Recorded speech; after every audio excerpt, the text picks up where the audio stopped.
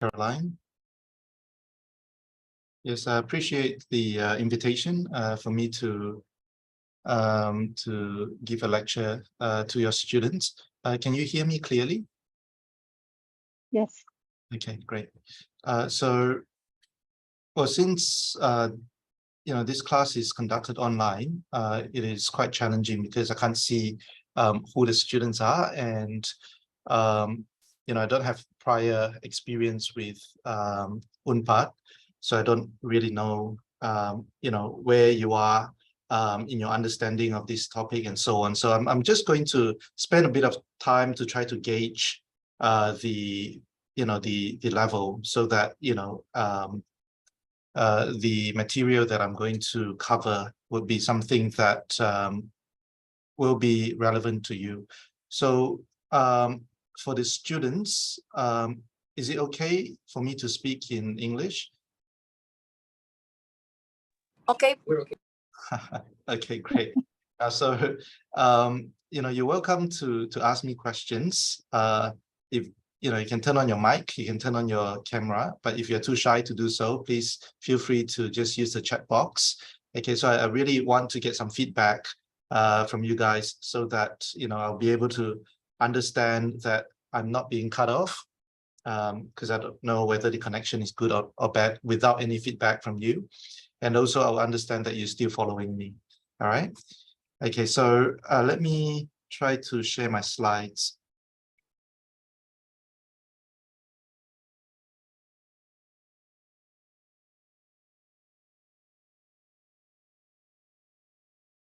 Okay.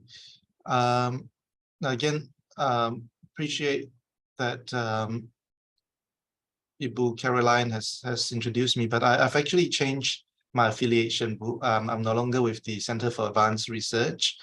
So I'm now back to the Institute of Asian Studies, and I've been promoted to a full professor recently. And so if you want to know more about me, feel free to scan the QR code. Okay, now multiculturalism is a topic that I've been interested in, especially with regards to Indonesia, because my PhD was looking at the Chinese identity in post-Suharto Indonesia. So I went to Indonesia to do field work for my PhD in 2003, 2004. No, sorry, in 2004, I spent a year in Jakarta to study about the Chinese community there. But I've been to Indonesia since 1999, right? I think some of you might be born in these years. So that was a very turbulent time that Indonesia has experienced. I remember going to university in Australia. I started going to, I started studying in Australia in 1996. And I had a lot of Indonesian friends in my class. I was doing my high school there before entering into university. So that was the first time that I encountered any Indonesian in my life. I came from Brunei. I'm a Chinese from Brunei, and I did not have any Indonesian friends before that. I went to a Chinese school in Brunei, so all my friends were Chinese, and we spoke Chinese at home and also spoke Chinese at school. So upon studying high school in Indonesia, that was in Australia, that was the first time that I encountered Indonesian. And I started to have Indonesian classmates. They had a very distinct accent when they spoke English, especially with the inability to pronounce the H. So I remember, during those times, there was no internet yet. I mean, internet was still very new. So all the results were still posted on the wall, right, on the notice board. So every time when the assessment result came out, we have to stand at the notice board and look at our student number and look at our grades. And then there were Indonesian students that kept saying, sit, sit, sit, sit, sit. And I thought, what was that? Why are they saying sit, which to me means duduk, sit down, duduk. right? And then little did I knew that, you know, they were actually cursing, saying shit about their results. So the inability to pronounce the H in between vowel was something very distinct, you know, in terms of my impression. And what was really interesting after 1996, 1997, when I started entering university in 1998, a lot of my Indonesian friends disappeared in that 2 years' time. Some of them in 1997 started to be recalled or repatriated back to Indonesia overnight because of their parents' family business went bust, you know, they went bankrupt overnight. And then in 1998, Indonesia underwent a lot of a lot of unrest and disturbances, social disturbances, and we saw you know, people taking down to the street, protesting and demanding for reform. And there was May, speaking of which, it's just a couple of days, you know, before we commemorate the 13 and 14 of May tragedy in Indonesia. And those were the experience that I had with my very first experience, you know, studying with Indonesian students. And I started asking questions like, who are they? You know, they told me that they are Chinese like me, but they did not speak a word of Chinese. They did not understand Chinese. They don't even look Chinese to me. And so I started getting quite curious and interested in their identity. So I, you know, got interested, and I started, you know, reading more and then studying about them, which led me to writing an honors thesis about them and then a PhD later on to look at the Chinese identity in Indonesia. And so multiculturalism is one of these things that we took for granted, especially when we were in Australia. Australia was a multicultural country. And there were laws and legislations that, you know, protect the interests of minority, not just ethnic minority, but also gender minority, sexual minority, and so on. So a whole range of legislations have been formed in Australia to protect the interests of minorities, including people with disability and so on. So they are all covered under these blanket regulations called multiculturalism. And I thought that, you know, other countries are the same in their policy until, you know, when I started studying about Indonesia, especially Chinese Indonesia, then I realized that, you know, multiculturalism was not extended to this minority. That during Suharto's 32-year of New Order, the Chinese were under a program called Program Pembawaran, an assimilation program that required them to change their name to Indonesian names, that required them to shut down the Chinese schools and Chinese media, that required them to assimilate and to become Indonesian.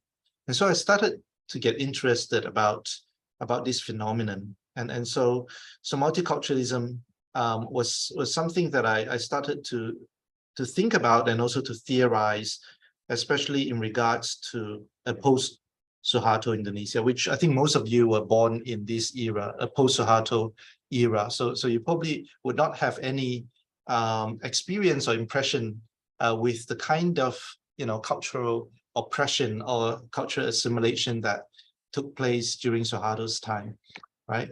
Now, again, so if you have any questions, please ask me. You can ask me in Indonesian, or you can ask me in English, or you can type in the chat box, okay?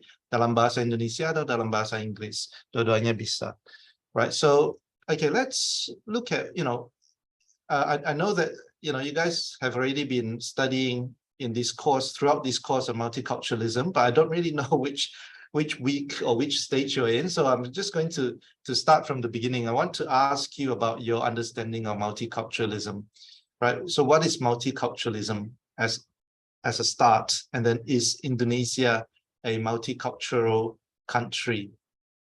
Okay, does anyone want to throw in your your ideas. What is multiculturalism?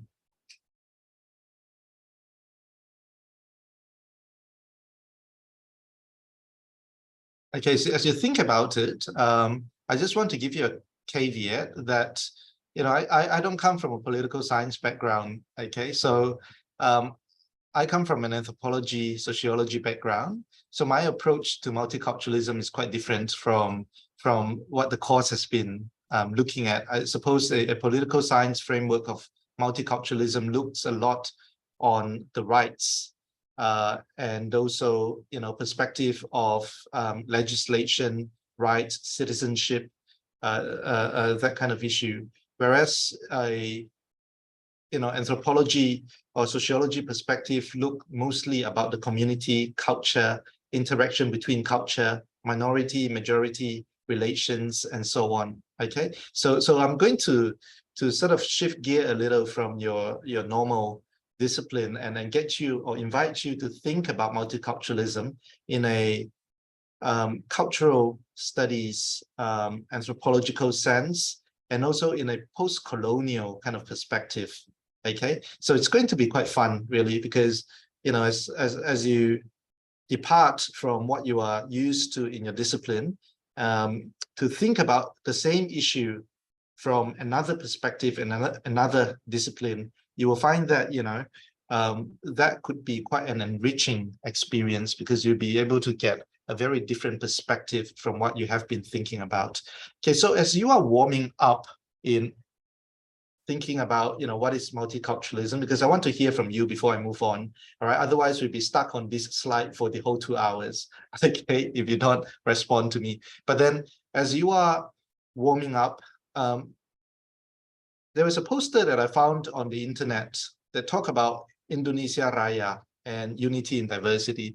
And I suppose this poster is trying to portray the diversity in Indonesia and multiculturalism, because I type in the keyword on Google, multiculturalism in Indonesia, and this is one of the posters that came out. So I want you to tell me what you think these ethnic costumes represent, which ethnic culture do they represent? Okay, so I'm going to use the cursor so it's easier. Okay, let's start with this one. Anyone? Just put on your mic and let me know what ethnic culture is this?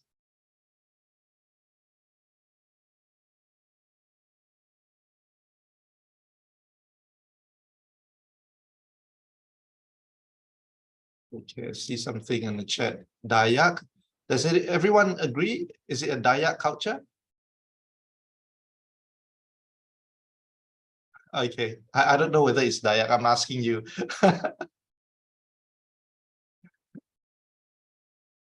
Does anyone have other opinion about the first photo? What about the second one? This one, is it an Indonesian culture at all? Or did someone just take some exotic, photo and then try to collage it together?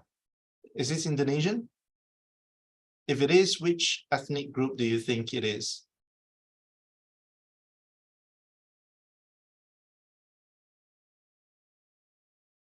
It's not Indonesian? Yeah, I think it's not, sir. I thought so too. I think it's probably a tribe from Africa. So you see how, okay, let's move on. And then I think this is easy. This is a bonus question. Anyone? Bali, of course, yeah. What about this one? The fourth one.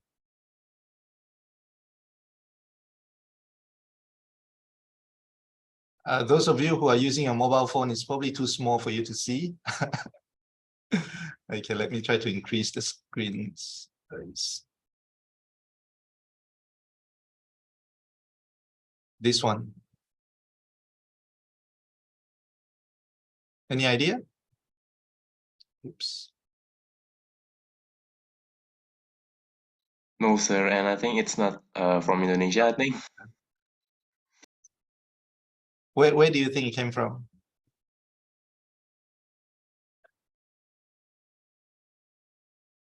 Take a wild guess. It could be just a costume to dance. Probably, yeah. Dari mana, Bu? It's look like a costume to dance. More like an art, Oh, not just it could be not yeah, it could be, yeah. So this one in kebaya is yeah. is it Indonesian? This probably doesn't belong to any particular ethnic group, does it? It's just Indonesian, yeah. And this is Javanese, isn't it? Am I Yes, right? Yep, this is Javanese. And then what about this one with a very distinct headgear? Is this Indonesian?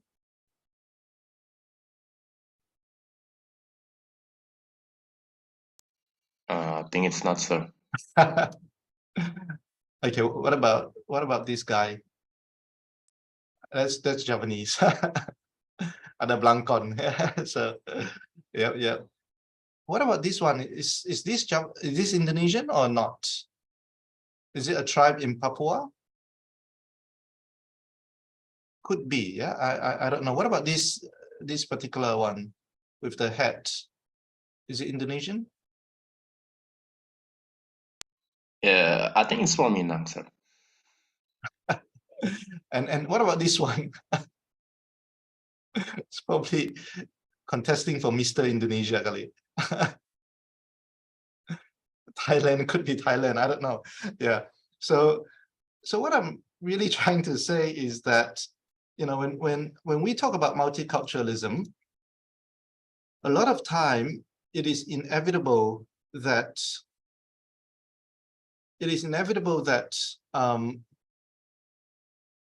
certain kind of representations are needed when you try to describe what multiculturalism is. And that's what that's what cultural representations are about, yeah. But then, and a lot of time, these representations are based on what is seen as exotic, rather than what is realistic about a particular culture, right? So even if some of these costumes are the ethnic or traditional costumes of these ethnic groups, you will find that actually no one wears them except for during performances, right? So they are not really representative of the daily lives of those ethnic groups.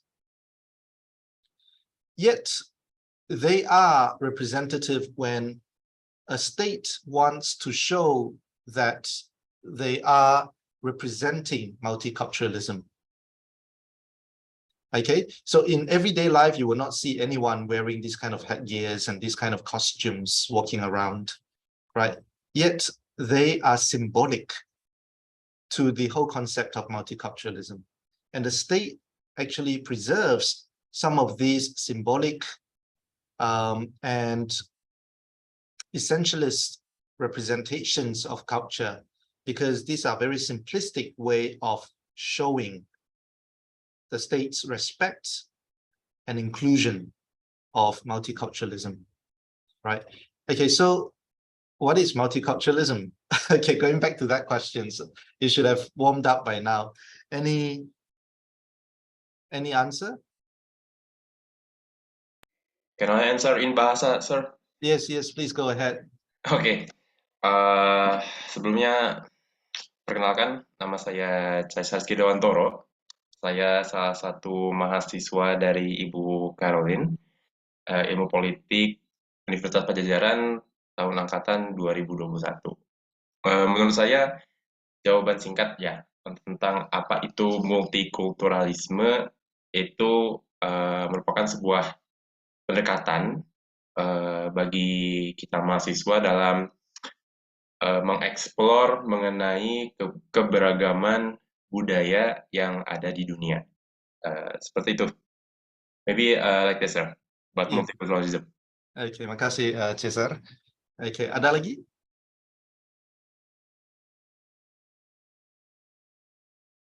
Anyone want to add to that definition? Keberagaman budaya di dunia. Ada yang lain?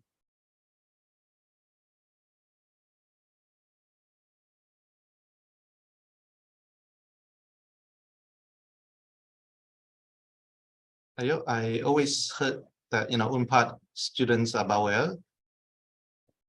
Jadi ayolah.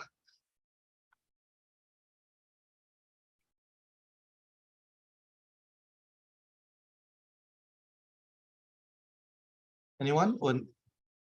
You have gone through a couple of lectures already on multiculturalism and discourse. So this is really a very elementary question for you. Totally non-challenging.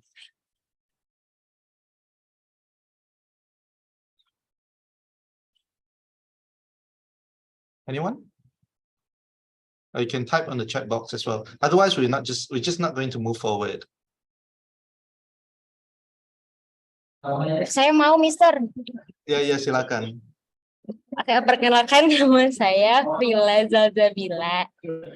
Tadi tanya mengenai multikulturalisme ya.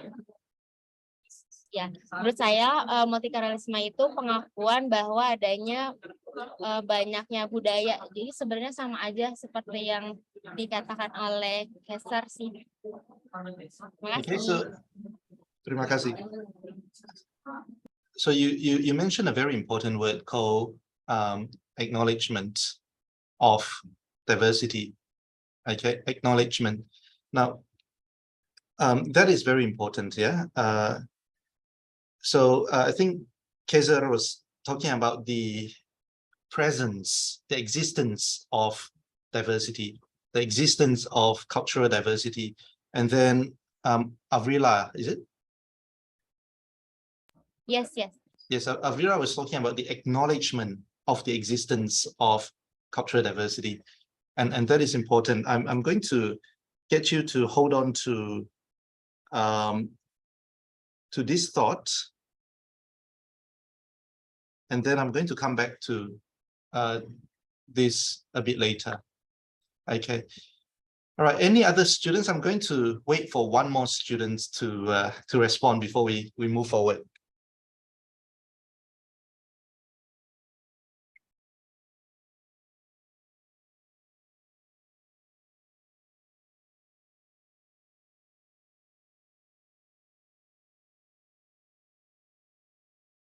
One more student.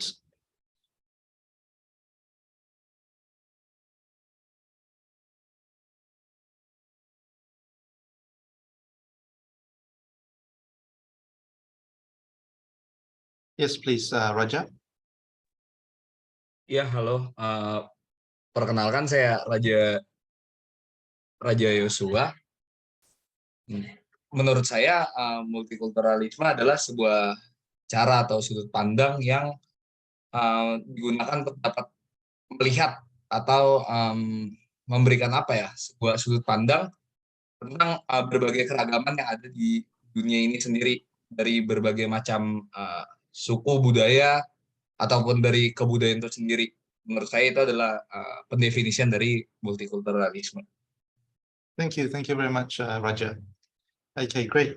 Okay, so we have three definitions here that we're going to build on. Okay, the first one, Kaiser was saying that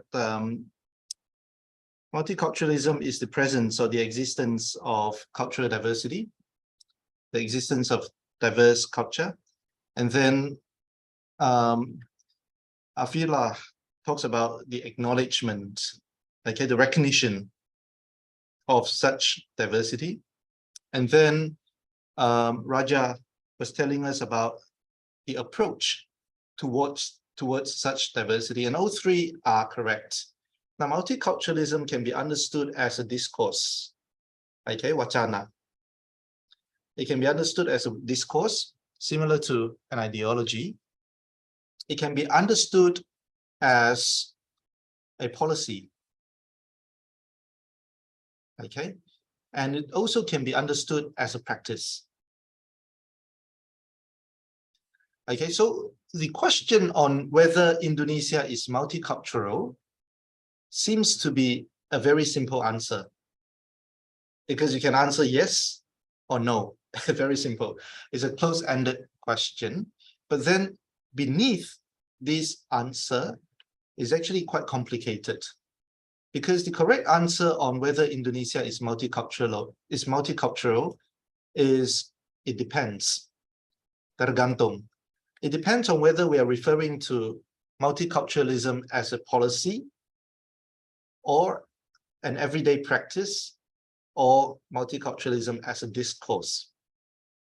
Now, you see, these are the three different elements of multiculturalism. And a lot of time when we talk about multiculturalism, we conflate all these three together. We mix them together without really, realizing that these three elements are different. There are countries that have a lot of diverse cultures, like Indonesia, but then they do not have the discourse on multiculturalism. Wacana multikulturalisme itu nggak ada. Okay, so it doesn't exist. Okay, there are countries which may have a lot of different cultures, and they may have the discourse of multiculturalism, but then they might not have the policy of multiculturalism. Okay, so that the state does not recognize multiculturalism. As far as the state is concerned, assimilation is the only approach. Okay, so we're talking about, as a policy, what does multiculturalism mean, right? And then as an everyday practice, what does multiculturalism mean? Okay, so there are communities and societies where the state does not recognize multiculturalism, and then there is no discourse, no wacana on multiculturalism. But in the everyday life of the residents, they exercise and they practice multiculturalism. Okay, so it really depends on which particular element that we are referring to, okay, before we can answer the question of whether Indonesia is multicultural. And then there is also another question about the period that we're talking about in reference to Indonesia. When are we referring to when we are asking the question on whether Indonesia is multicultural, right? During Suharto's time, Indonesia was clearly not multicultural because Suharto's government was only interested in building a united Indonesian identity, a singular Indonesian identity, right? Even though Bhinneka Tunggal Ika is the state slogan, the kebhinekaan, the diversity, is being overshadowed by the unity, right? So Suharto's government, as an assimilationist government, has been trying to build one Indonesian identity using the idea of, or using the ideology of Pancasila. Okay, so then a lot of other diverse identities, a lot of ethnic minorities were being suppressed, right? Because they were only expected to be Indonesian and not to express the diversity. Okay, so differences was being seen as divisive, and unity is being seen as, strength in Suharto's Indonesia. So there were a lot of policies that were implemented to try to suppress the diversity in Indonesia and only gave recognition to particular groups. So for example, if you look at Taman Mini Indonesia Indah, you will only see provincial cultures that are being caricaturized in one particular costume, in one particular traditional house. Okay, even though, at that time was about how many provinces? 27 or 28 provinces, is that right?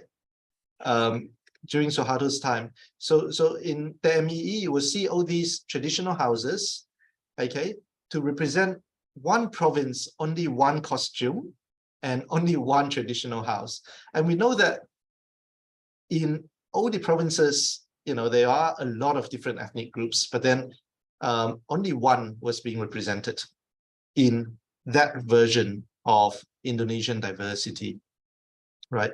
And of course, the Javanese culture, language, and so on was elevated as the dominant or the hegemonic culture, right? That even though, you know, the Indonesian culture, unifying Indonesian culture is being constructed by the state, but then in effect, you know, the Javanese culture is being privileged, right? And a lot of other ethnic cultures that are not being represented as the main representation of the province culture are being suppressed, right?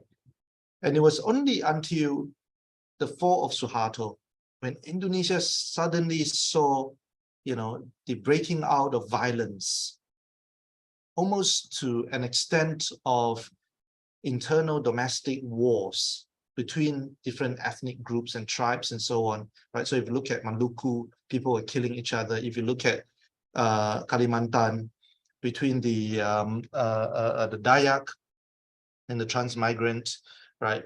The Maduris, people were killing each other and so on. And when that, you know, violence erupted in 1998, 1999, then Indonesia came to a realization that, oh, this suppression of diversity did not work. And this unity is very fragile. So the post-Suharto government started to change its approach to a multicultural approach. Okay, so, you know, in the process of democratization and decentralization, multiculturalism is part of this package of democratization. Okay, and then the post-Suharto government started exploring with multiculturalism, firstly by giving or restoring the cultural rights of the Chinese, right? To allow for Imlek to be recognized as a holiday, and then they started to cabut some of the discriminatory legislations on the Chinese, you know, and those were the start of what we call multiculturalism in Indonesia on the policy level. But of course, in some places in Indonesia, on the everyday practice level, multiculturalism is always there. You know, people celebrate each other's culture. People, you know, take part in gotong royong. People have been going for silaturahmi, you know, during Lebaran and so on. And that has always been going on, right? So we can say that multiculturalism is exercised on an everyday practice level, but it was not exercised as a state policy level during Suharto's time. And it was also not promoted as a discourse, in a discursive level, secara wacana. It was not there. Because you don't hear, you know, during Suharto's time from the 60s to 90s, you don't hear any you don't see any literature on newspapers or on scholarly articles and so on that talks about multiculturalism. It doesn't exist, right? It was only after the fall of Suharto that we start to see this word multikulturalisme or other forms of it, keberagaman, you know, kebinekaan and so on, started to come onto the fore, right? As an accepted form of Indonesian imaginary. Okay, now so then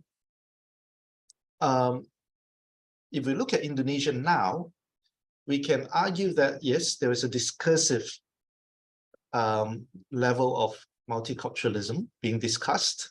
Okay, so in terms of discourse, multiculturalism, but it's still very minimal because you only see it in some circles, and most of these circles are highly elitist and highly exclusive circles among people who are educated in university, that you read articles on multiculturalism, right? In Jakarta Post, which is read mostly by the expatriates, right, and the elites, multiculturalism as a discourse is always discussed in Jakarta Post, right? In some of the forums that talk about democracy and so on, multiculturalism appears. But other than that, you don't hear about multiculturalism as a discourse on an everyday level, right? But then we we see that at least now there are some forms of multiculturalism in the policy, okay, especially in education, right? One of the first things that adopted, one of the first policies that adopted multiculturalism was multicultural education in the curriculum, yeah, that came again as a part and parcel with civic education, citizenship education, and democracy after the fall of Suharto. So education from the Ministry of Education, that was the first mover to actually adopt multiculturalism as a policy. And then again, on the everyday practice level, people might not use the word multiculturalism. I think the word multiculturalisme is still very foreign to most Indonesian, right?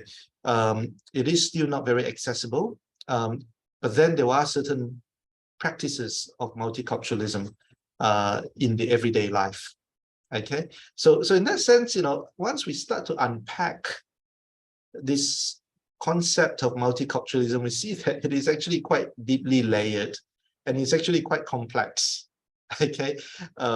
Beyond this particular term, we are referring to a lot of different things. Okay, let me move on, and then now I'm going to address what, you know, Ibu Caroline asked me to talk about, the more global phenomenon of multiculturalism, okay? Now, before that, I want you to look at this diversity wheel, okay? So this identity wheel is a wheel that allows us to think about ourselves as a multicultural being.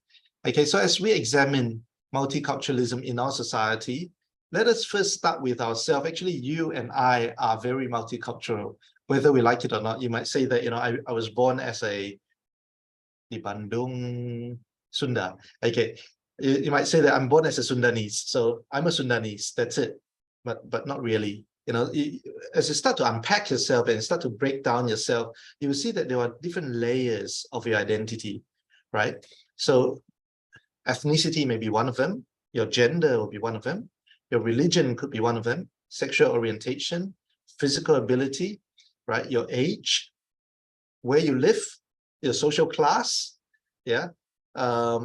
Whether you are a fan of K-pop, or a fan of, you know, whatever pop culture group, particular music genre, and so, and all these make up of your identity, right? Sometimes even your skin color, right? You know, the meritus status, you know, makes up parts of your identity. See, this is education background, of course, it's related to social class. And what is really interesting here is parental status. Have you thought about parental status at all as part of your multicultural self? Some of us don't think about it, but then let me give you an example that marital status is important in Indonesia, but parental status is very important in China, in Chinese society. If you know about, you know, China's one-child policy that has been implemented for a couple of decades, that now the one-child policy has been abolished because the Chinese population is shrinking, and then the population in China is rapidly aging. So there's not enough replacement of young people to generate the economy. And it's going to be a huge problem for the Chinese government, because those who are retiring, that group is expanding. And so that means pension fund would have to be able to feed all these old people. And then who is going to work if you don't have enough young people? So an aging society is a problem. So China now is encouraging people to have more kids, but then people are so used to having just one kid. And financially, it is very burdensome to have more than one kid, right? Now, so why is this parental status interesting? In China, there are a lot of people, when they're trying to look for a partner to get married, they will go through people's recommendation, and then dijodohin, right? And then they will meet each other in a restaurant, and then they will introduce each other to the person that they have just met before. And as China has become more and more modern, more urbanized, and also more capitalist, a lot of these first meeting between potential marriage couples will be talking about their finance. So do you have a car? Do you have a house? Okay. And then they will also ask, do you have your parents still living? And why is that? Why is that important? Because of one-child policy. Now in Indonesia, you guys have siblings, so it's not a problem. Your parents will be shared by 3 or 4 or 5 of you. Okay, so there are a few children sharing one pair of parents that you can look after. But in China, there are only one child. So before they want to get married, they will find out whether say, for example, if I'm a lady, before I want to get married to a guy that I've just met through dijodohin sama orang, I want to find out whether the guy has got parents and grandparents. Because if they have parents and grandparents, that means there are extra 4 mouths to feed. It is very expensive.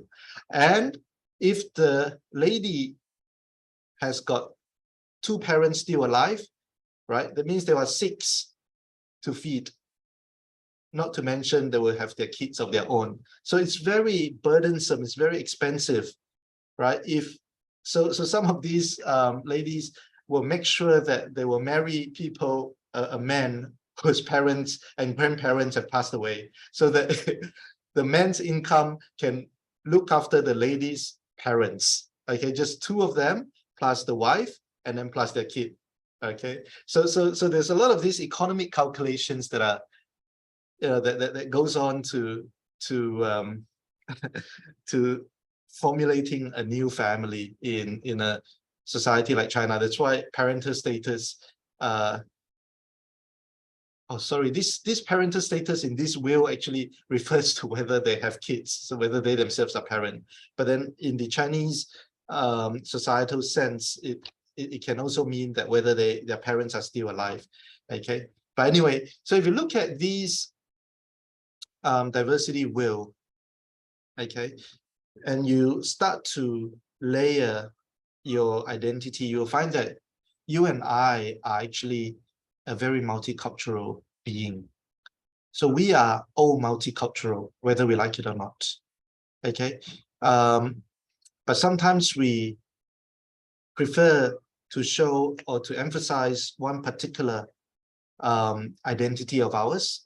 Okay, a lot of time it depends on the circumstance, it depends on the situation, it depends on who the other is, who you're talking to, and so on. So sometimes you might emphasize your religion, that you want to identify with other Muslims, so you identify more as a Muslim. Sometimes you might want to identify with a core ethnics, so you will emphasize your ethnicity as Sundanese. Sometimes you will emphasize your gender. Okay, if you want to identify yourself as a feminist, right? For some people who belong to particular sexual orientation, so it might be important for them that they fight for LGBTI rights and so on, and that is their primary conviction. Okay, so to them that is important. And then people who have a disability, sometimes their disability is their most primary identity. Okay, so even though at different circumstances we emphasize or we stress particular identity, right, we still have layers of different identities. So in that sense, it is important for us to be self-reflective about this. Now, in anthropology, the exercise of self-reflexivity is very important because it allows us to change our lenses, right? So sometimes when we look at a particular issue as being influenced by our gender, we see things in a certain way, right? So we have this privilege, right, called gender privilege. Okay, so especially as men, right? There's no ceiling for us. So it's very easy. We can dream big. We can, since young, we can say we want to be a CEO, we want to be a pilot, we want to be a doctor, we want to be a military guy, we want to be a president. We can dream that. But then if you are a female, sometimes these occupations are not available to you, right? So you cannot even dream to be a president, or you cannot even dream to be a pilot, or you cannot dream to be an engineer, right? Especially in particular societies. Now, so to be self-reflective means that, you constantly examine your privileges. I'm a man, I understand that I have this privilege. And then when I look at a particular issue, I will have to take out my male lens and think about minorities. What would a woman think when they look at this issue? How would they approach it? How would it be different from my approach if I was a woman? And that is an important exercise for researchers, right? So if you want to go down the research path, you will always have to ask yourself this question, right? You can be studying a particular social phenomenon, the same phenomenon, right, as your classmate who is a female, but then your conclusion might be very different, or the data that you are able to obtain will be very different from your classmate who has a different race, right, or different ethnic background, or different gender, or different ethnicity, and so on. So to examine such privilege that we have, and to examine such layers of our identity, will allow us to understand our limitations in research, and allow us to keep switching our lenses and ask ourselves, what would a woman think about this issue? What if I'm an LGBT person? How would I look at this issue, right? And so we will look at things in very different dimensions and very different perspectives, okay, with a self-reflexive approach. Okay, let me move on to first examine the idea of assimilation. Now, assimilation is translated into Indonesian as pembawaran, okay, to assimilate. Now, what does that mean? Now, assimilation was a dominant discourse. It was a dominant policy in most part of the world until the 60s, right? So even in now, in the Western world that talks about diversity, that talks about democracy, that talks about equality and so on, until the 60s, those societies were not really that equal, right? So if you look at, the emancipation of the Black people, for them to get to have universal suffrage, to have, voting rights, it was only after the civil movement in the 60s in the United States. Before that, they had no rights to vote. They don't have equal rights as the white people, right?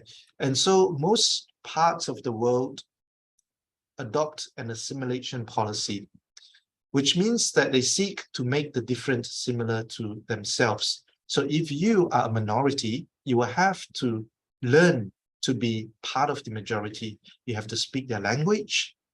You have to perhaps convert to their religion. You have to adopt their name, right? You have to change your habits and customs and culture and so on to become like the majority, right? And this is what we saw in places like Australia and the United States when they had very racist anti-Chinese exclusionary laws in the early 1900s, that they saw the Chinese migrants as a threat. Now, so they started imposing various regulations to restrict the Chinese, right? Now, so during those times, the Chinese migrants had to assimilate into this Western society, and there were a lot of horrid stories, right, that you can see and you can hear if you go to migration museums in New York, Chinese Migration Museum, or you can, if you go to Chinese Museum in Australia, you will see all these horrid stories of how the Chinese migrants tried to assimilate so that they would not be discriminated by white Australians, right? Some of them even would have to scrub their skin red so that they don't look yellow. They have to bleach their hair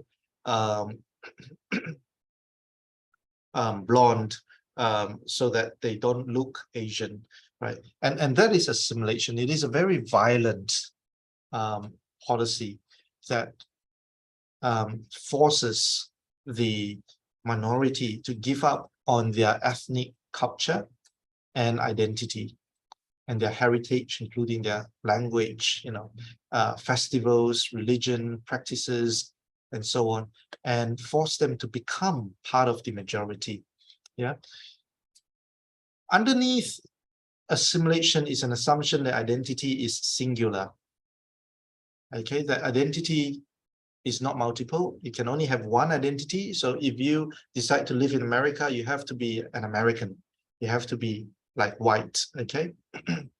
So ethnic or primordial identity was seen as incompatible to national identity. So you should not emphasize your ethnic identity. Yeah.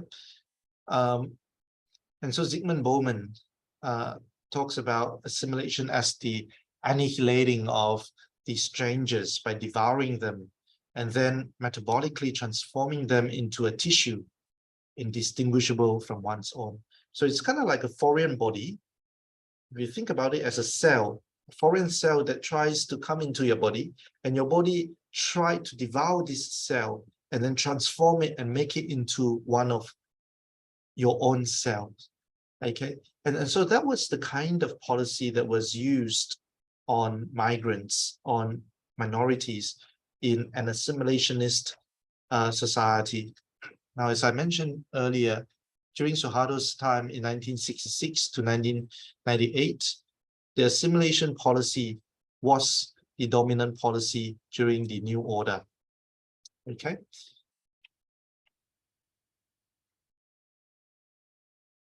Okay, are you still hearing me or am I frozen?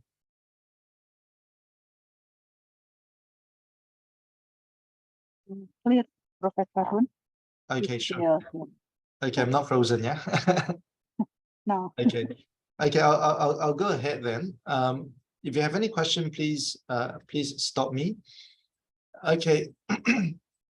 Now, starting from the 60s to the 70s, there was a shift in cultural policy that assimilationist policy were being challenged, right? After, in the United States, it was after the civil movement when Black people demanded recognition and equal rights, yeah, in the 60s. And there were, you know, various waves of feminism as well that has been challenging some of these dominant assimilationist discourses, yeah.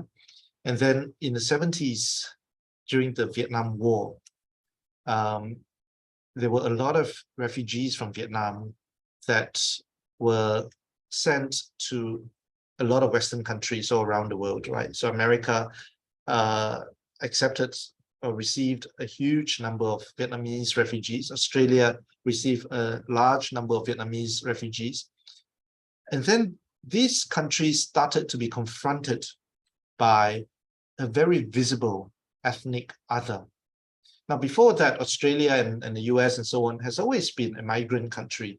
But then most of their migrants came from European countries, right? Say for Australia, there were a lot of Greek, a lot of Italian, a lot of British and other Western European that migrated to Australia. Now, even though they are all different nationalities, they are all white. So in terms of, you know, multiculturalism, it is still a white multiculturalism. So Australia at that time was multicultural because there were Italians, there were Greek and so on. You can see all these different restaurants, people speaking different languages, eating different food and so on. It is multicultural, but then it was a predominantly white multiculturalism. And it was after the Vietnamese refugees crisis, right? These refugees were brought to the shores of Australia and the US, Canada, and so on in large number. It was the first time that these white majorities started to be confronted with a very different racial minority, people who look different from them, sound different from them, eat different food, practice different religion, and so on. And it was the time when they were confronted with the need of changing their policy to accommodate these people. And so assimilationist policy were being replaced by multiculturalism. Okay, now, so what is multiculturalism? Now, multiculturalism suggests a return to roots and also the rise of identity. Now, just now we talked about assimilation, right? Assimilation was a policy in which the roots or the ethnic culture of the minority were being forced to be forgotten, right? Or forced to be erased. So you need to fully immerse yourself and fully assimilate yourself into the majority culture as much as possible so that you throw away your ethnic culture. But then multiculturalism recognizes ethnic culture and celebrates those differences, right? Now, this is where the acknowledgement is important. Yeah, just now the definition by Afila, right? The acknowledgement of diversity, right? The recognition. So this is where Charles Taylor, which is a very important theorist on multiculturalism, a Canadian, it talks about multiculturalism as the politics of recognition, right? Because there was a demand for recognition of minority rights, culture, and identity. That is why multiculturalism is being formulated as a policy. So as a policy, multiculturalism aims at giving voice to the minority. So, you know, from trying to erase the minority to make them into part of the majority, multiculturalism allows the minority to set up their own language schools, allow them to set up their own associations, allow them to celebrate their ethnic cultures, to speak their ethnic languages, and so on, right? So you see, there is a huge shift from assimilation into multiculturalism. It's a totally different, it's a very different practice and very, very different policy, right? However, the world experienced yet another change after the 9/11 in 2001. Now, before the 9/11 in 2001, we were talking about a lot about globalization. I was in university in the late 90s and early 2000. I think Ibu Caroline can relate to me perhaps. In the late 90s, you know, a lot of social science discourse talk about globalization almost as an unstoppable force, that the world is becoming so globalized that national boundary does not make sense anymore. We talk about economic globalization. We talk about, you know, economic liberalization. We talk about, you know, the migration of people in an unprecedented pace, right? That people, that we talk about a global village, that it doesn't even make sense to talk about citizenship anymore.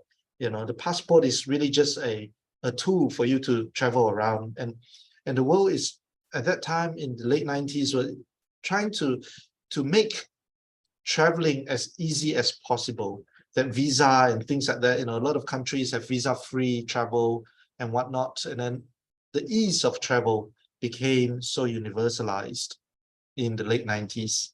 And we all thought that, you know, and at that time when I was in university, most of the discourses was about migration, cosmopolitanism, about globalization, right? Hybridity, and so on. Now, these were some of the, you know, most important concepts during my time as an undergraduate student in university. And then 2001, 9/11 happened. the Twin Tower was being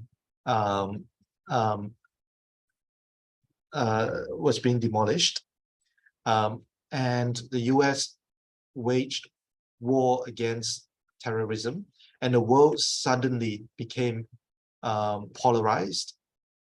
And then all these things about globalization were shattered. And then suddenly we saw that traveling become very difficult. Visa become reintroduced, and then, in Bukhari, you can probably remember, we have to go to the airport 3 hours before because of all kind of security checks and so on. Right before that, it was easy. You can go to the airport 90 minutes before, even 1 hour before, they will still allow you to fly. But then after 9/11, everything became so difficult. Right? You guys have experienced COVID, so you know what that meant to a certain degree, right? But what I'm trying to say is that after 9/11, it was not only globalization were being challenged and impeded, but then also multiculturalism was also one of the casualties, because after 9/11, there were a series of terrorist attacks in the West, right? Also in Bali, of course, right? And in Jakarta. And so we saw suicide bombings becoming very regular in the early 2000s. And a lot of countries became very wary of the Muslim minorities within their country, especially in the West. So they don't know what to do and how to approach, how to accommodate the Muslim minority, because some of them were the one who carried out the terrorist attack, right? And we're not talking about new migrants, but we're talking about second and third generation Muslim migrants in France, in Britain, right? In the West. Now, so then suddenly the spotlight was shone on this minority. And then a lot of these countries, one by one, starting from the UK to France, Germany, and then Denmark, and so on, started to announce that multiculturalism is dead. That they do not believe in multiculturalism anymore, because multiculturalism gave rise to terrorism, because multiculturalism allowed them to cluster together, to live in an enclave, and then to have the room and freedom and liberty to be radicalized. And at the end of the day, it damages the country's unity. Now, so then in the early 2000, even until about 2010, that decade, no one believed in multiculturalism. Multiculturalism in the West became a hugely unpopular discourse. That when people talk about multiculturalism, they're disappointed, and then they blame multiculturalism as the cause of terrorism, right? Now, so we saw that, in European countries, in America, and in Australia, they started to revert into some form of assimilation, even though not full assimilation policy, but then they revert into something called, integration, that they wanted the migrants to reintegrate into the society. And then concepts like citizenship became more and more important. Now, before that, the concept of citizenship has become very blurred and very fluid, right? That people actually don't talk much about citizenship in an increasingly globalized world, right? And we talk about, at that time, we also talk about EU, integration of, various economies into large bloc like the EU, ASEAN, and so on. And so the role of citizenship sort of declined, right? National identity declined, but then with the war on terror after 9/11, now all these boundaries of difference started to emerge again. So the right-wing nationalists started to be, in control again, right? Because all the left-wing politicians are the one who are pushing the boundaries, and then, trying to liberalize a lot of these legislations and so on. But then we saw that in the past 2 decades, most of the countries are being ruled by very right-wing conservative governments, right? As the world becoming less secure and less certain, people actually want to vote right-wing nationalist government to secure their own interests, right, at the expense of minority, right? So then we have seen, you know, very protectionist government being voted in, you know, people like Trump and so on, that you know, countries' policies become more and more protectionists, and there is a reversal of globalization in some of these cases, and multiculturalism was also one of these part and parcel that suffered as a result of these changing world circumstances.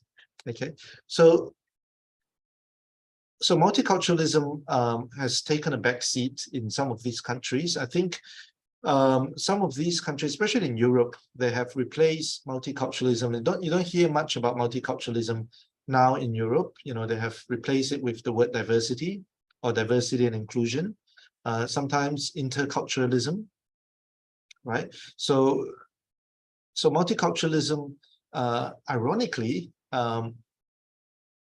even if it has declined in Europe, ironically, it is a discourse that has started to gain popularity in Asia, starting from 2010, that you see more and more literature in Asia that talks about multiculturalism, even in traditionally very homogeneous and very assimilationist country like Japan and Korea, Hong Kong, East Asian country, Taiwan, they're starting to talk about multiculturalism.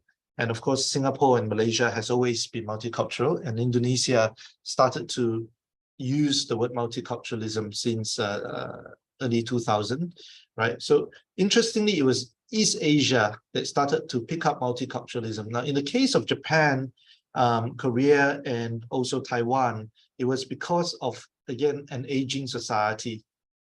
They don't have enough young people to work. So they have no choice but to open their doors to migrants.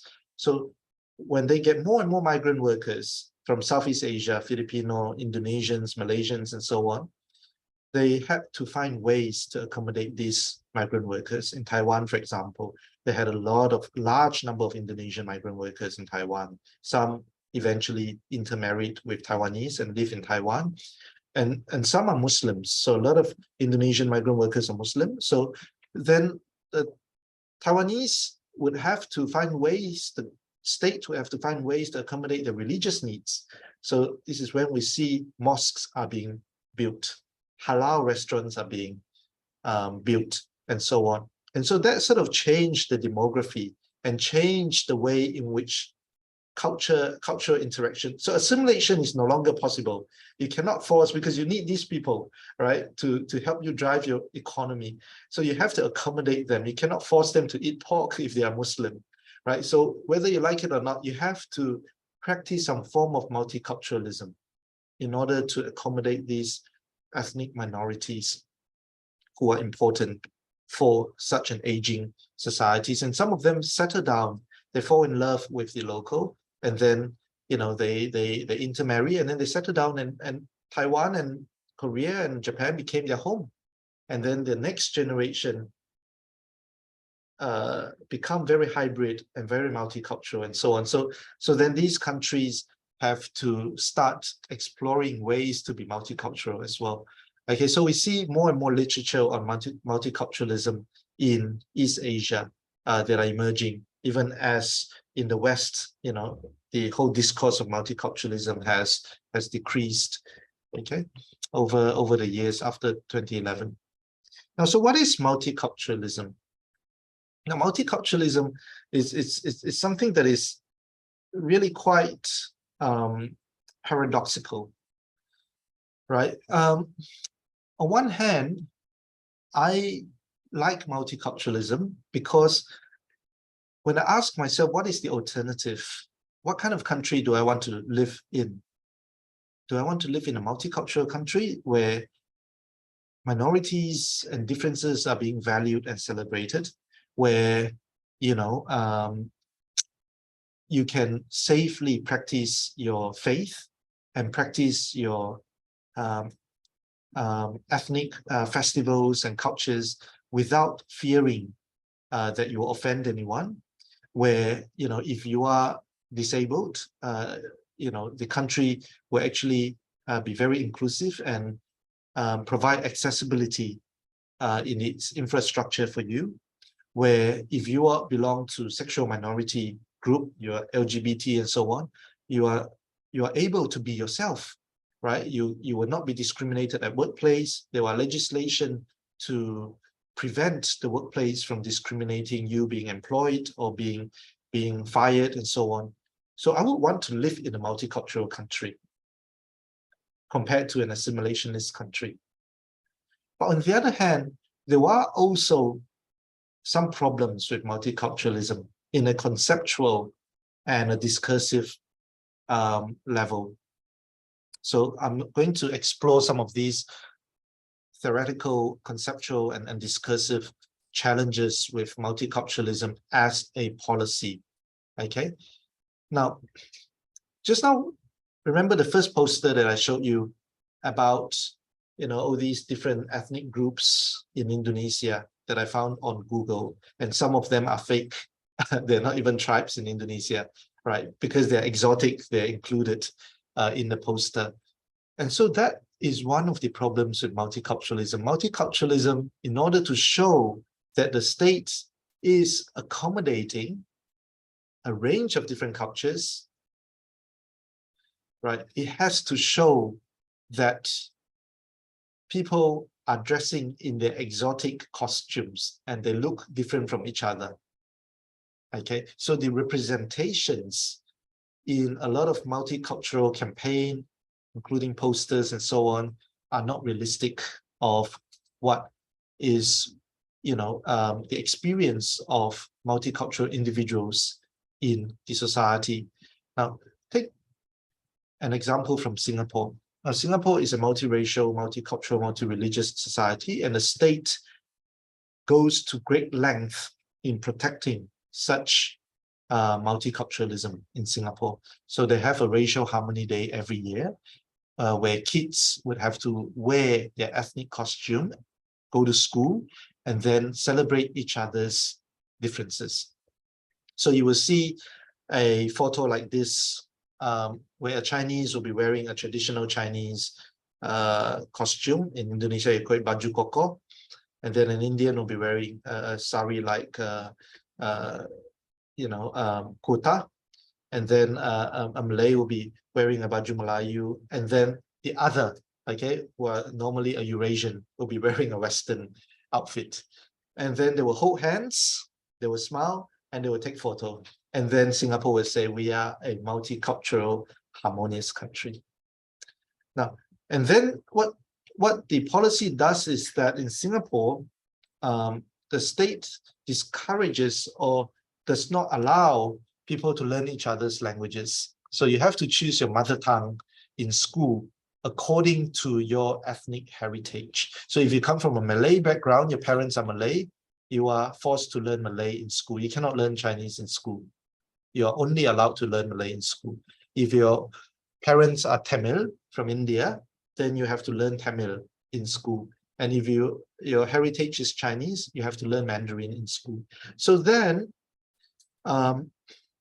the organic hybridity, where people in a multicultural Singapore before independence, where people are actually speaking each other's languages, mixing around. So it was very hybrid at that time, right? So an Indian in Singapore, because Indian is one of the smallest minorities in Singapore, so they cannot expect people to learn Tamil. They have to learn other languages to speak to others. So the Indians are actually very multilingual in Singapore. Before independence, they can speak Hokkien, a Chinese dialect, and most of them can speak Malay very well. Okay. And then most Chinese could speak Hokkien, and they could also speak Malay, right? A lot of Malays at the time can speak Hokkien or some form of Mandarin as well. So there was a lot of hybridity, which was the real multiculturalism. So there was really multicultural at that time, with a lot of very organic mixing and borrowings of culture. But then after independence, the state implemented very strict multicultural CMIO model, Chinese, Malay, Indian, others, in very strict watertight categories that is pervasive in the whole bureaucracy. So if you, in Singapore, you want to buy a government subsidized HDB flat, there are racial quotas. Okay, so according to the demography of the country, 70% Chinese, 15% Malay, and so on. So each flat will only allow 70% of the units to be sold to Chinese, 15% to the Malay, and so on. So you see, this CMIO multicultural model is being installed in every level of bureaucracy in Singapore to ensure that every race got represented. Of course, there were other political reasons for doing so, to prevent ethnic enclaves, to prevent, the Malays from just voting for Malay candidates and so on, which may actually divide the country and so on, right? So it is part of the legacy of the divide and rule policy from the British, which extended itself into post-colonial Singapore. Okay, now, so ironically, this form of multiculturalism as a policy that was strictly enforced by the state that divide people into various watertight racial categories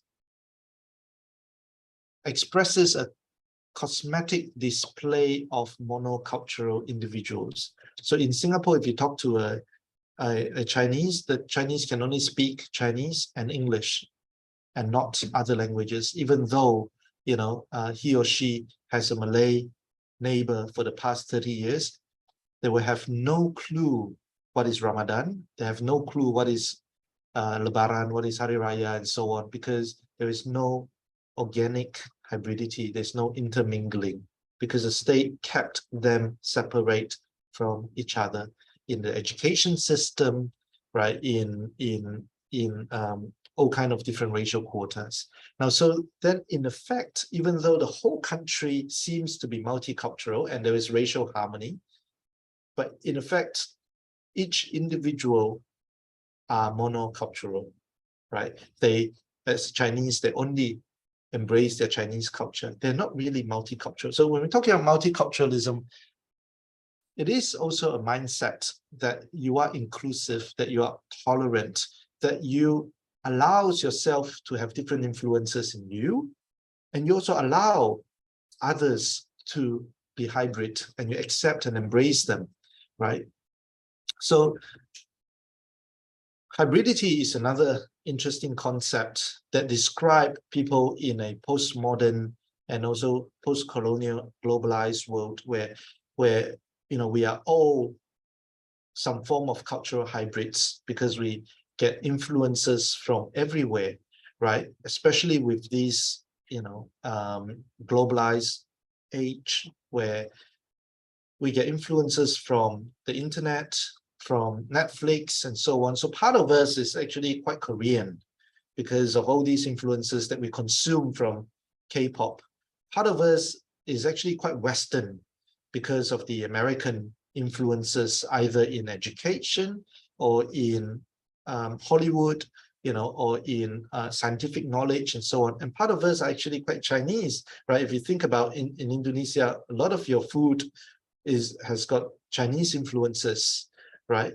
And part of you is Arabic as well. If you're a Muslim, you are also hybridized with certain Arabic influences, right? So in effect, we are all hybrid or hybridized individual that display a matrix of different cultures within us. Now, in a very overzealous, over-controlling multicultural state like Singapore, a hybrid is not appreciated. They don't like it because you cannot be neatly categorized, right? So if they put you in the Chinese category, which, you know, in older forms in Singapore, you have to take whether you are Chinese, Malay, Indians, and so on. You say, you know, my parents are Chinese, but I don't speak a word of Chinese, and then I feel more Korean than Chinese, and so on. The state wouldn't like it because they just can't categorize you. They don't know where to place you, right? Now, so that presents a problem for state bureaucracy. And so, ironically and paradoxically, multiculturalism sometimes can be not very multicultural at all when it comes into practices, right? Especially with state policies. Okay, so the Singapore example is one of those examples. Yeah. Now, diversity is not difference. An identity is the antithesis of hybridity. Okay, so a lot of time when we see representations of multiculturalism in posters, right, in campaigns and so on, now we see these kind of pictures where, you know, you see people of different culture or nationalities or ethnicity dressed in their exotic costume. They hold hands, they smile, and they take a photo, and we say that, you know, we have multiculturalism. Now the photo below is a photo that I took in my class when I was teaching in Singapore. So you see a exchange student who is British. She's a Swedish exchange student from Sweden, and then next to her is a Singaporean Chinese guy, and he self-identified as gay. And then next to him is a Japanese mixed Chinese Singaporean girl. Okay, so she's a mixed halfie. And then next to her is a Singaporean Indian female student. And I asked them to come to the front of the class, hold hands and smile, and I took a photo of them. And I say, we have multiculturalism in this class. Now that is what the Singapore government and a lot of other governments have been showing, and we have been seeing these kind of images all the time. But, you know, to have diversity in a class, okay, so if we assume that the classroom is a microcosm of the country, of the state, to have diversity in a class represented by people of different cultures, different sexuality, and different gender, and so on, does not mean that the difference is being dealt with. They can be classmates sitting next to each other forever. There is diversity, but then they may not have talked to each other about their difference. They have not engaged in their difference, right? And so real transformation only happens. So when we say that if we want to claim a true multicultural society, we need to have that level of engagement where people actually engage with each other's difference and not just stay in the cosmetic diversity level, assuming that if we have diversity, the difference will be engaged and the difference will be overcome. You really have to allow people to engage in that difference. How do we do that? I mean, one of the ways is through interfaith or intercultural dialogue, or allowing people to actually do something together. In the process, a lot of their difference would actually come to the surface, and then they will have to deal with that difference in habits, difference in their religion. So, for example, if you are, you know, in a university hostel, right, and you came from a Christian school, and in the hostel, for the first time, you are staying with a Muslim roommate, and then we can say that if that hostel has got 4 beds, so you have one Muslim and then one Buddhist and one Christian, okay, and then one Balinese Hindu. and we can say that, there is diversity in this, there's multiculturalism in this room. But then if they do not engage with each other, they cannot be real multiculturalism. So in the engagement in this room, when the Muslim student woke up at 5 a.m. to do his subuh salat, and then the Christian and the non-Muslim students look at it and then at first felt that it is inconvenient because, that guy has to turn on the light at 5 a.m. and then do the salat and so on, and while we are still sleeping. So that is the first encounter, until when there is an understanding where the non-Muslims start to appreciate the religious conviction and practice of the Muslim student and start to respect that, not just tolerate, but respect and accept it and make space for this Muslim student to pray, facilitate the Muslim student to pray. And this is when we see the difference has been overcome. And there is true multiculturalism, because there is a surfacing of difference. It's not just diversity. And the same goes with other practices and other religion. A lot of time we see, in Suharto's time, difference is not dealt with because of Sara. Right? During Suharto's time, Sara was banned, so you cannot discuss anything to do with suku, agama, ras, antar golongan. So you cannot talk about any difference because it's seen as taboo. The state doesn't like it, right? So the state banned any discussions on Sara. And so we could not actually have that kind of engagement. And that's why multiculturalism did not exist during Suharto's time, because a lot of communities were unable to actually come to a very real surfacing of their difference, from encounter to engagement, to tolerance, to acceptance, and so on. And that could not take place, right? And so the kind of diversity and Bhinneka Tunggal Ika that happened during Suharto's time was always very superficial, where, they get people dressed in their ethnic costumes and so on, not unlike Singapore, very similar to Singapore, come together and take a photo, and they say that, we are a diverse country, and then there is, diversity, and so on.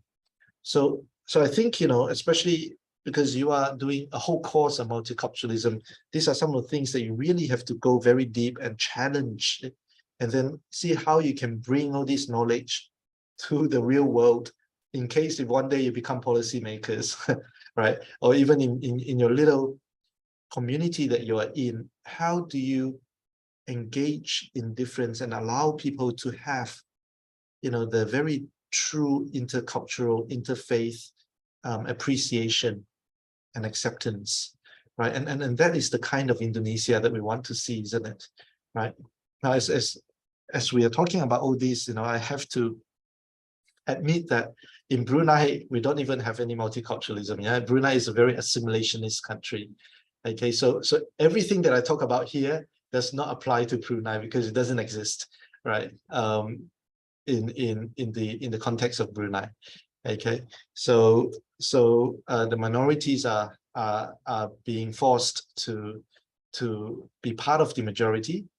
So it's a very assimilationist model that we are still stuck at in Brunei. Okay, all right. Let me move on, and then I will end very shortly so that you can ask some questions and we can have some discussions. Okay. I think I have. Yep. I don't have to finish all the slides.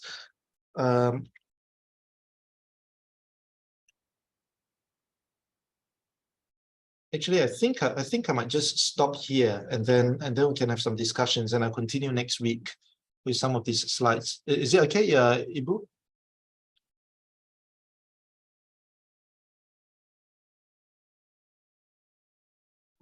Okay.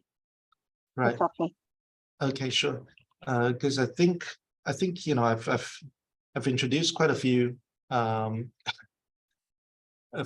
concepts, so I don't want to go any further because my other slides will be a little bit theoretical. So I think we can cover those next week. All right. I'm Bamudi. Good to see you again. How are you? Sorry to Thanks. join because No just problem, no problem. on my own program. Very interesting. This is not my cup of tea because Bu Carol is the lecturer of the course. So, but still, I'm a very interesting lecture, I think. So I got plenty from you about multiculturalism. Thanks.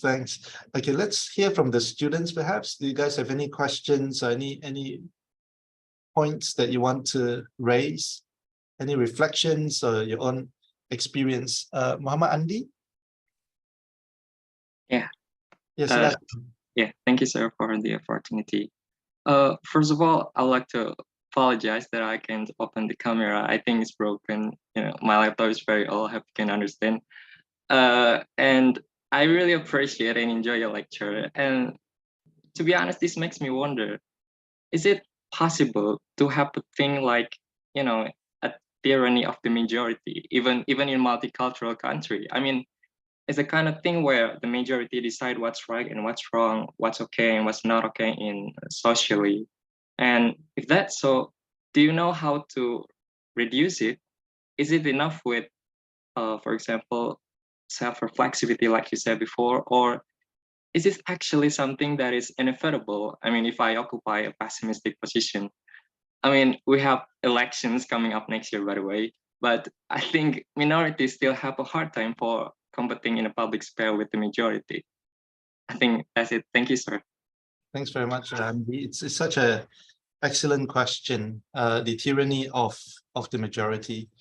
Now, privilege is something that is very real for all the majority, people who are in the majority, right? And a lot of time when you're part of the majority, you don't think about privilege because you just don't have to. Say, for example, as men, you know, we actually have a lot of privileges, whether we know it or not, whether we like it or not. And we did not do anything to earn those privilege. We have not even sweated to earn those privilege, right? For example, you know, as men, you know, we are allowed to go out at night. There's no curfew, so you can hang out nongkrong with your friends and so on. But then, if you are a girl, if you're a lady, if you do that, you will get judgment from your peers, your community, your family, your religion, and so on. People would think that you are not a good woman. Now, I don't know. I think in Bandung you guys are a lot more open, but in Brunei that's definitely the case. Yeah, in Brunei there are all kind of ways to regulate the woman's body. There were a lot of laws, of course, you would know, the Sharia law. From that to, but I mean, the Sharia law is actually not really implemented. It is there in the books, but then it's not really implemented in a way in which, you know, they don't actually. It's not like Aceh where there's a lot of religious policing, but in Brunei it's not like that. You know, they don't tangkap kawat that much. I mean, they do, but not that much, unless if you're sabotaged by someone. But then, what is more concerning than the actual law is actually community regulation, the kind of panopticon that Foucault described, right? That there's a whole system of self-monitoring and peer monitoring, right? So for women in Brunei, dalam bahasa Brunei, they would say that, you know, hari kuning jangan tak keluar. So after Maghrib, when the sky is becoming kuning, you know, don't go out, because they would say that because there were a lot of evil spirits started to come out after Maghrib. So that is using a religious discourse to regulate people's mobility, right? So it's actually quite interesting, you know, a lot of these concepts that are being passed down by the old people, using partly adat, partly religious and so on, But then it's all about regulating people's movement and regulating people's body. Now, so as guys, as men, we don't actually feel that. It's no problem. We don't have curfew. We can go out, and these are privileges. And sometimes when we make decisions, if we are not reflexive, we will make decisions that benefit us and perpetuate the male power, patriarchal power, without us realizing. And so that becomes part of this tyranny of majority that you talk about, right? So is it inevitable? It is inevitable because not everyone is reflexive. Not everyone think about their privilege and examine their privilege and want to share their privilege with the minority groups.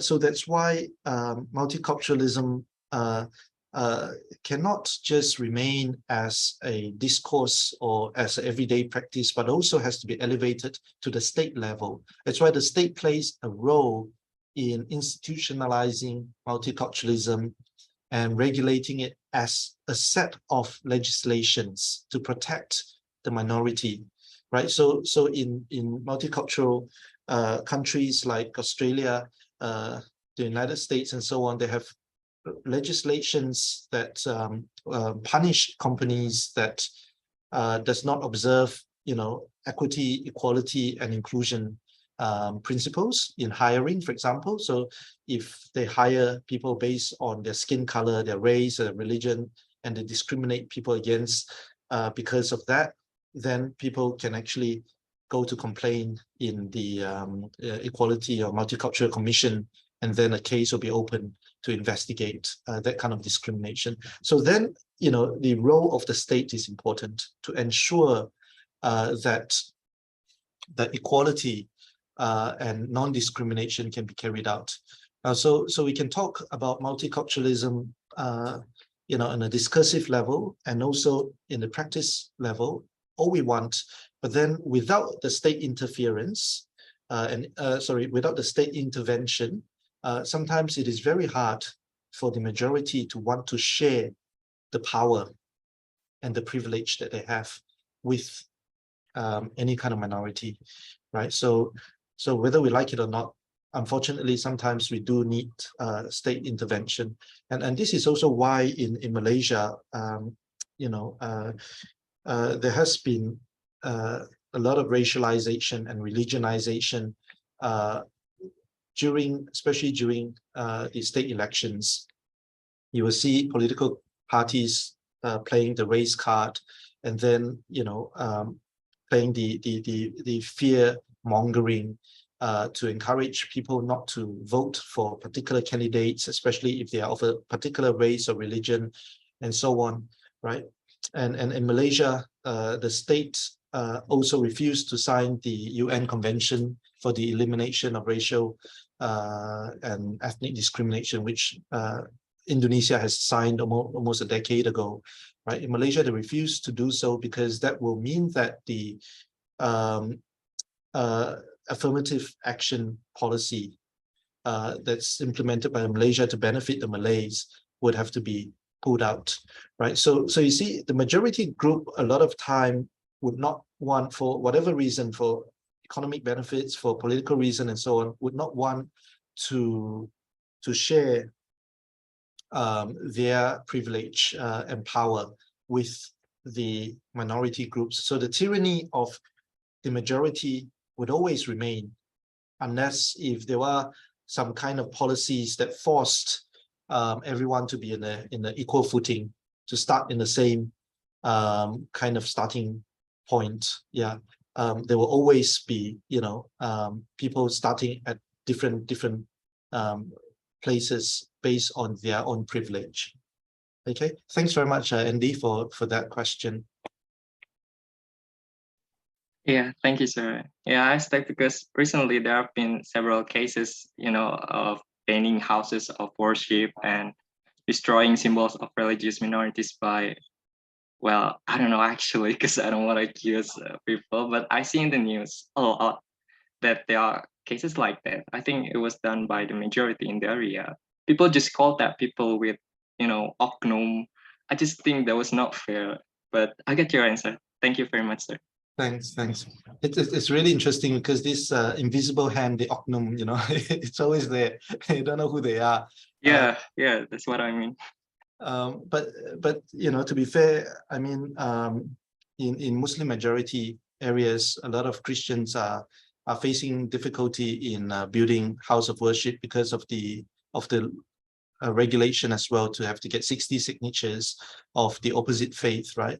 But then the same experience is true for Muslims in Christian majority areas as well, right? For them to build mosques in Papua or in some parts of Eastern Indonesia, some of the Christian community refused to sign, the papers. So it is both a majority minority issue, and also it's something that has to be reviewed on a policy level, right? That perhaps there are other ways to make such processes more fair. Yeah, thank you, sir.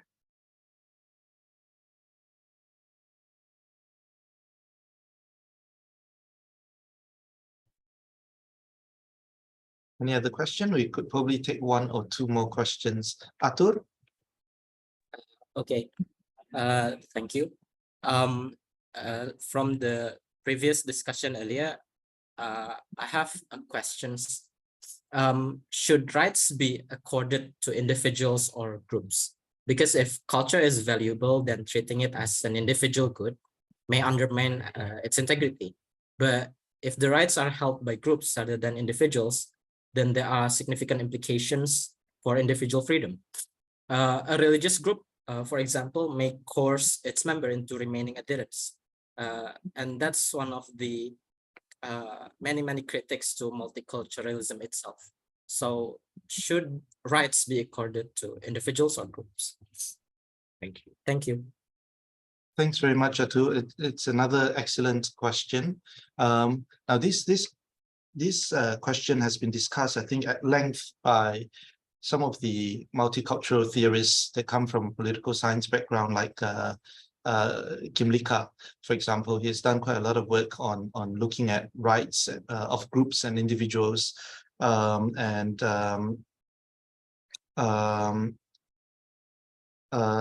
some of the British theories on multiculturalism.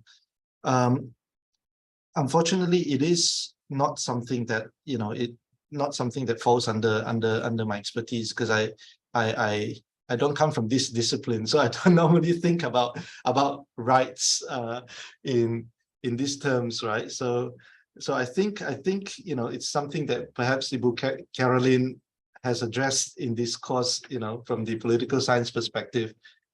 Maybe Bu, do you want to respond to this question, Bu?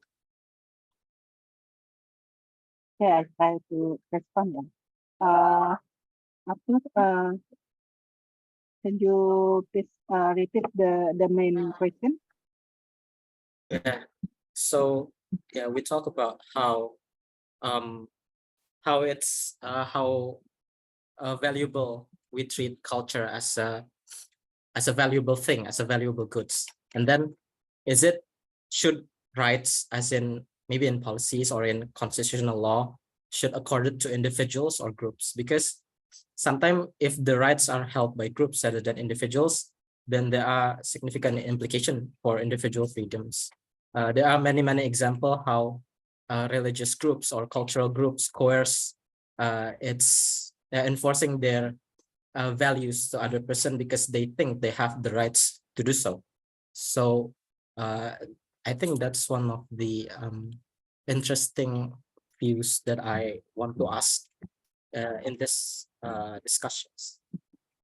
Okay, I think the most important value in regulating people in diversity is to acknowledge the difference.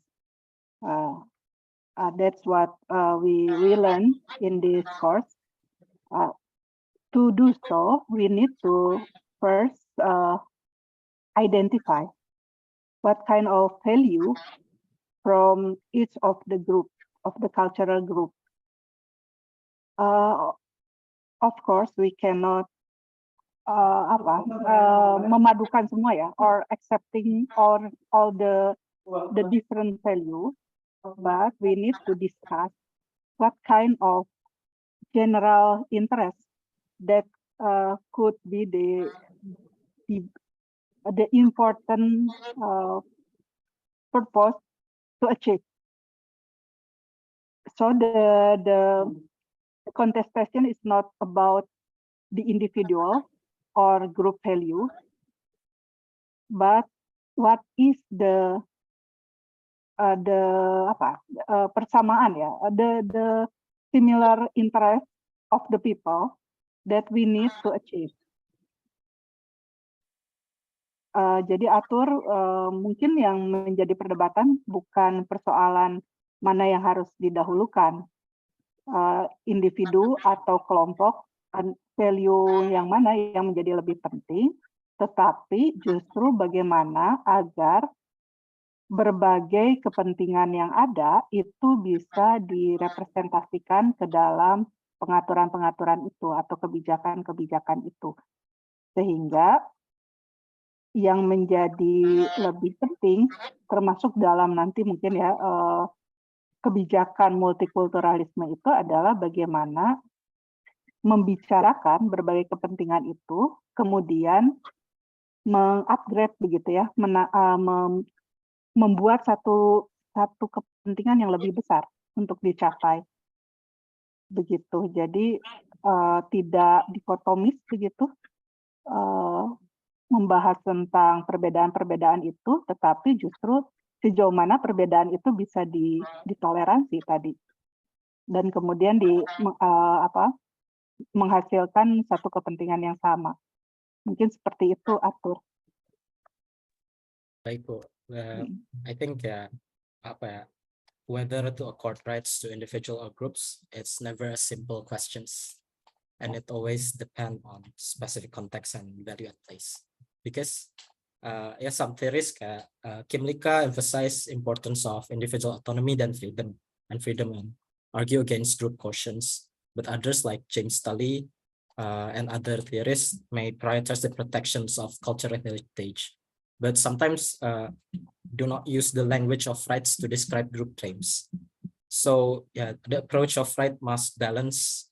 I think it must balance the competing interests of individual and groups and take into account the broader social and political context, because it may varies whether we see group and cultural context in this country or in that country. It's very, very different, and we need to look at more comprehensively. So it's never been a simple question, I think.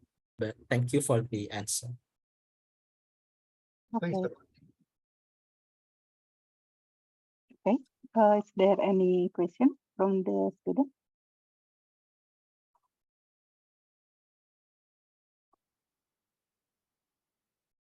No, Bu Mudi mungkin mau menambahkan? Actually, this is not my cup of tea, but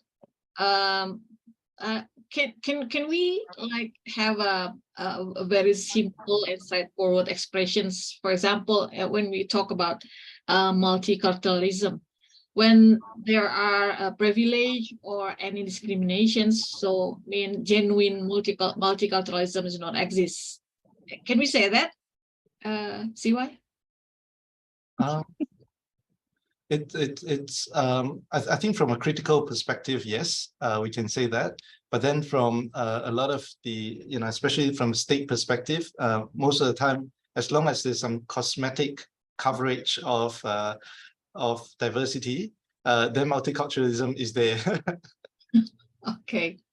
Like if when we were in Australia, we have a Harmony Day, something like that. Yeah, we were orange kind of stuff, Yep. So it's very cosmetic. Yeah. Yeah, that's right. So under the carpet still. Yep. Okay, interesting. Thank you very much. Okay. For final or conclusion for this lecture, I think the most important point we have today is that diversity is different than difference. That's the main point for today, and that multiculturalism needs to be upgraded, become a legislation to protect minority. We still need the role of the state, but however, the role of the state is very diverse, and I kind of like what Professor Hoon mentioned, that we need to choose the political leaders that have sensitivity to multiculturalism. I think that is the main point today, and we should continue the discussion about multiculturalism next week. Thank you so much, Professor Hoon, for giving this lecture, Bu Mudi, for joining this Zoom meeting, and all the students. We going to meet again next week in the same time and the same Zoom online meeting link. Thank you very much. Good afternoon, everyone, and stay healthy. Thank you. Terima kasih. Terima kasih. Bu Mudi, Bu Caroline, can I send you the slides for you to share with the students? Boleh, So boleh. I'll email it to Ibu Mudi. Sure. Yeah, Pass boleh. it to the students. Okay. All right. Thank you. See you Okay, next see you week. guys next week. All right. Okay. Bye now. Thank Sampai you. ketemu lagi. Okay. See you.